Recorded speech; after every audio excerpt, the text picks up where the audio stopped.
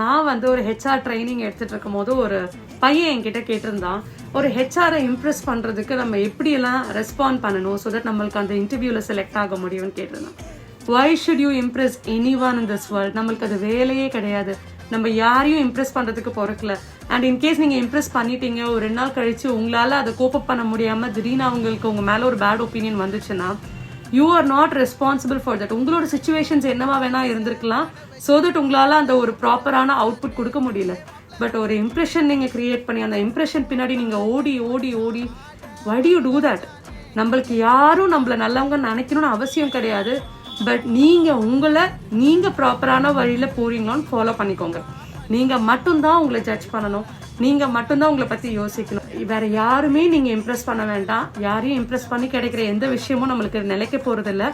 நீங்க உங்களை ப்ராப்பரா வச்சுக்கிட்டு ப்ராப்பரா ஃபாலோ பண்ணுங்க, ப்ராப்பரான அவுட்புட் உங்களுக்கும் கிடைக்கும்.